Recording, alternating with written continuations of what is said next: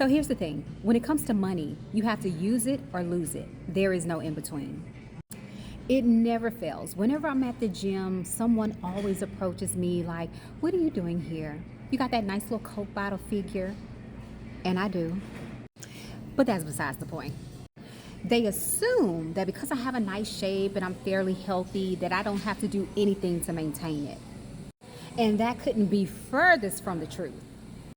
After the age of 30 or 40, adults naturally lose 0.3 to 0.8% of their muscle mass every year. And that number starts to accelerate significantly after the age of 60. There's a law in physics called entropy.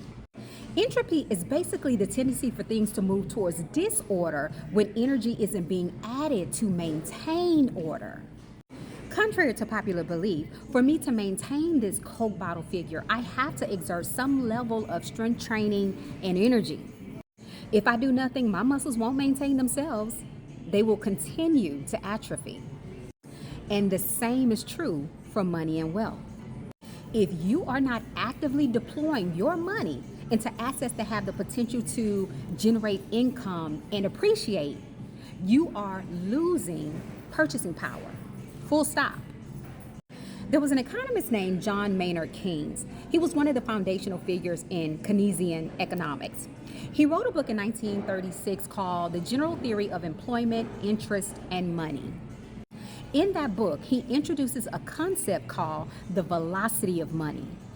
The velocity of money is the rate at which money circulates through an economy. He basically proved that when money circulates faster, economies grow wealthier. When the circulation of money slows down because people are hoarding or saving it, the economy gets progressively worse. Now, if you study your Bible like I do, you'll notice that God's first command, his first mandate to humankind, was to be fruitful and multiply, not be useless and maintain. God knew that if he didn't call us towards progression, our natural human tendency would be towards regression. See, to be fruitful is to produce. To multiply is to increase what you've produced. And multiplication requires movement. The same way you have to move your body for your muscles to grow, for your money to grow, it has to flow. That's why they call it currency. If you're not moving money, you're not making money. Money is a tool, and tools are designed to be used. Warren Buffett says, cash sitting idle is a wasting asset. That's why saving money alone is not a wealth building strategy. I don't care what you do. You will never outsave inflation. The average checking or savings account only pays about 0.1 to 0.5% interest on your money. Let's just say you have $10,000 sitting in a checking account earning 0.5% interest. That's only $50 a year. Meanwhile, inflation averages about 3% per year, which means the purchasing power of that same $10,000 declines by roughly $300 over the same period.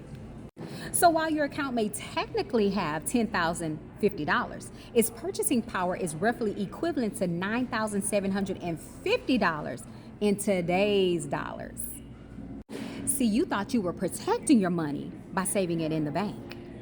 But in actuality, you are violating a biblical economic law that requires you to move it, not maintain it.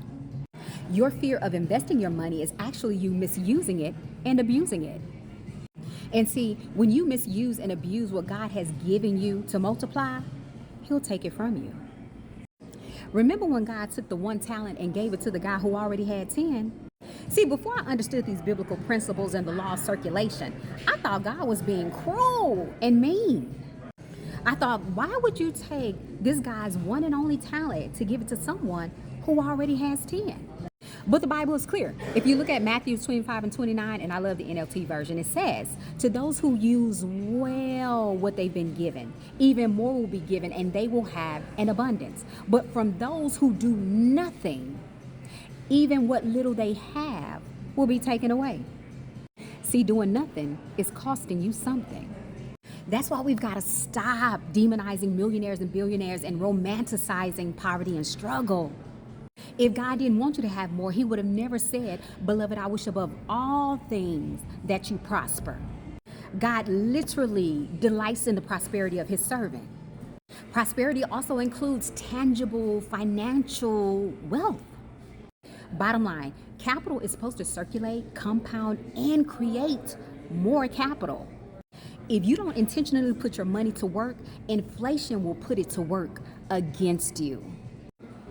Hi, my name is Seneca Dunmore, the Pint-Sized Powerhouse. I am the founder of Dunmore Capital Ventures, a venture advisory firm that connects founders and funders. If you are a small business owner or entrepreneur and you feel like you're in a season of regression instead of progression, I've got two things for you. It may be that you are not exercising the full authority and responsibility that comes with being a kingdom citizen and an heir of Christ.